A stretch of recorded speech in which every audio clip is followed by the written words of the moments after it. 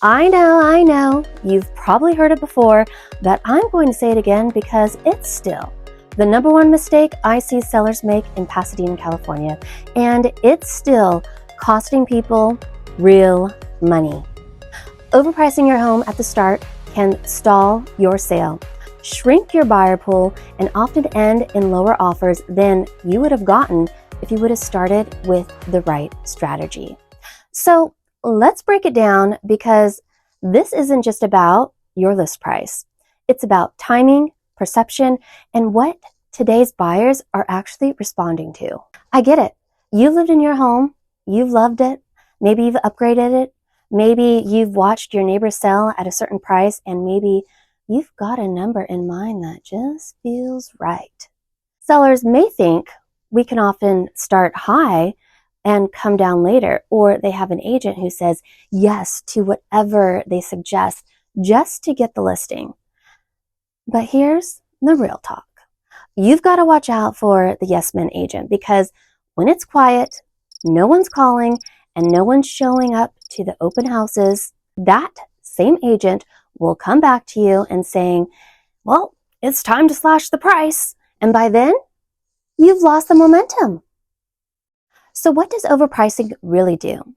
It makes your home look less competitive, especially online, where buyers compare 10, 15, sometimes 20 homes in a matter of minutes. It reduces your showings and your delays and your timeline. And once you sit on the market too long, buyers start wondering, what's wrong with it?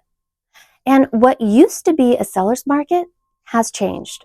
Today, buyers are more cautious.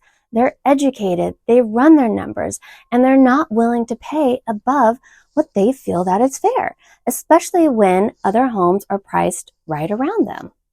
And selling your home now is not the same as it was 5 years ago, not even a decade ago. And the game has changed so much that strategy matters more than ever. And here's what I've seen over and over again in today's market. A seller upgrades their bathroom or installs new flooring and wants the value they reflected in that asking price. But the truth is, not every improvement brings dollar to dollar for return, especially in a market where buyers have choices and interest rates have changed their budgets. I've seen a beautifully upgraded home sit for weeks because the price didn't align with the buyer's expectations.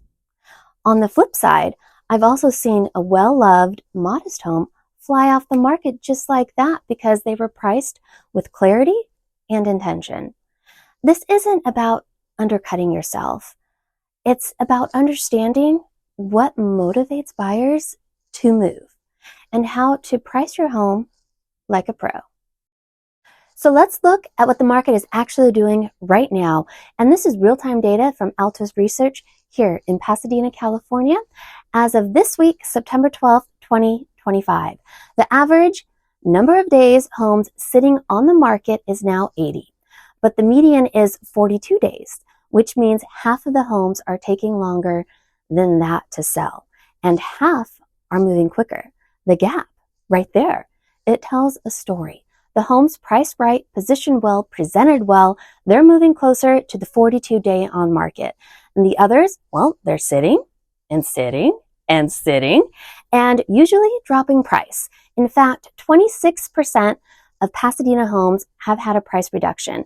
That's more than 1 in 4 listings needing to course correct. And that usually comes after the damage has been done, after they've lost the momentum, after the buyer's interest has cooled. The longer you're on the market, the more likely you'll be overlooked or lowballed. And that's the part many sellers don't realize. Overpricing doesn't just delay the sale, it changes the perception of your home completely. And that's why pricing strategy matters, not perfection. You don't have to guess or get it perfect on day one, but you need to have a plan that reflects on what's really happening in the market right now. And it's not just happening with single-family homes. The condo market in Pasadena is showing a very similar trend right now. Average days on market, 82. Median days, 56. The same gap shows up here, and it's telling us the same thing. Homes that are priced right are moving faster. Homes that aren't are lagging. And just like with the single family listings, 24% of condo listings have dropped their price. That's nearly 1 in 4. So whether you're selling a home or a condo, the strategy is the same. Price smart from the start or risk chasing the market later. So let's talk about how I actually approach pricing by using my signature list and go strategy with my clients. Because again, it's not about what your home's worth. It's about how to position to meet your goals and maximize your net proceeds and walk away with the most amount of money in your pockets. 3 pricing approaches I share with my clients. 1, aspirational pricing. This is where you list slightly above the market suggests. Usually when you have time to play with or if you want to test a buyer's response. There's room to negotiate here, but you have to be mindful. The longer you're on the market, the more leverage you lose. So if you go this route, we keep a very close eye on engagement. Number 2, market value pricing. This is where you price it right in line with the recent comps in the neighborhood have sold for. It sends a message to the buyers that you're fair, serious, and not here to play games. It often brings strong offers without drama, especially when the home shows well and it is marketed with care. And number 3, the sweet spot pricing. This is one of my favorites when you want a quicker sale and strong interest. We list slightly below the market suggests, enough to create urgency and invite competition. The goal here is to generate multiple offers and give you negotiating power.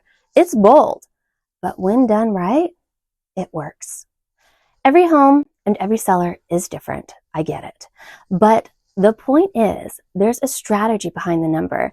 And when sellers skip this step, they often end up frustrated, confused, and exhausted from weeks of crickets. If this gave you some clarity, go ahead and bam, hit that subscribe button because I'm doing a full series on the 5 biggest mistakes sellers make and how to avoid them. And if you want to dive into all 5 right now, I've got a free guide that walks you through each one of them. Pricing, preparation, agent mistakes, feedback, and marketing. So you feel confident before you even list. The links are in the caption below, and I will see you on the next video.